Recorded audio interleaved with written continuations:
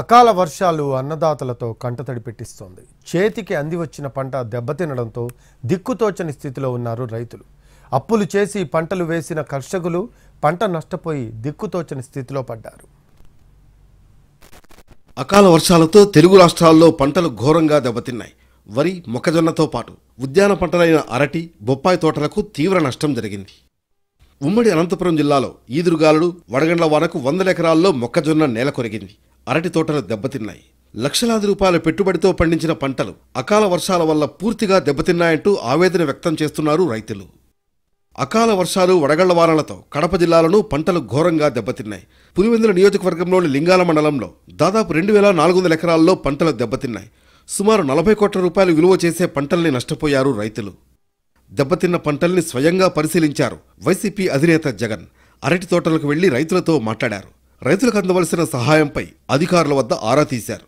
Input సబ్సిడీతో పాటు insurance ఇవ్వాలని డిమాండ్ చేశారు జగన్. దెబ్బతిన్న అరటి పంటను చూసి ఆత్మహత్యకు యత్నించిన 2 రైతుల కుటుంబాలను పరామర్శించారు జగన్. అధైర్యపడొద్దని, తాము అండగా ఉంటామంటూ భరోసా ఇచ్చారు.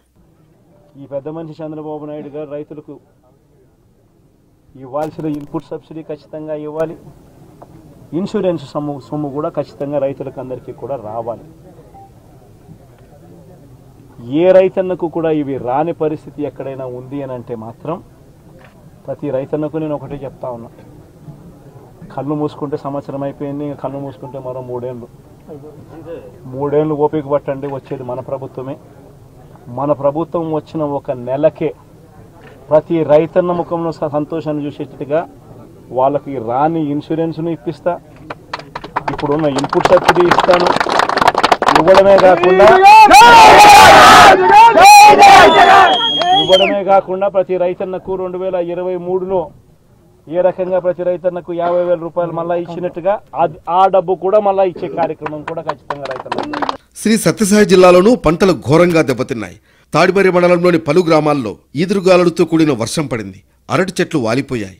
దాడితోట, నాయనపల్లి, తురకవారిపల్లి గ్రామాల్లో దాదాపు 50 ఎకరాల అరటి తోటలు దెబ్బతిన్నాయి. అకాల వర్షాలకు తెలంగాణలో కూడా పంటలు దెబ్బతింటున్నాయి. ఇవాళ తెలంగాణ వ్యాప్తంగా తేలికపాటి వర్షాలు కురిసే అవకాశం ఉంది. ఆసిఫాబాద్, మంచిర్యాల, ఉమ్మడి కరీంనగర్, వరంగల్, హన్మకొండ, జనగామ, సిద్దిపేట, యాదాద్రి భువనగిరి, రంగారెడ్డి, హైదరాబాద్, మేడ్చల్ మల్కాజ్గిరి, వికారాబాద్, సంగారెడ్డి, మెదక్, కామారెడ్డి జిల్లాల్లో ఉరుములు మెరుపులతో కూడిన వర్షాలు పడే అవకాశం ఉందని హైదరాబాద్లోని వాతావరణ కేంద్రం తెలిపింది.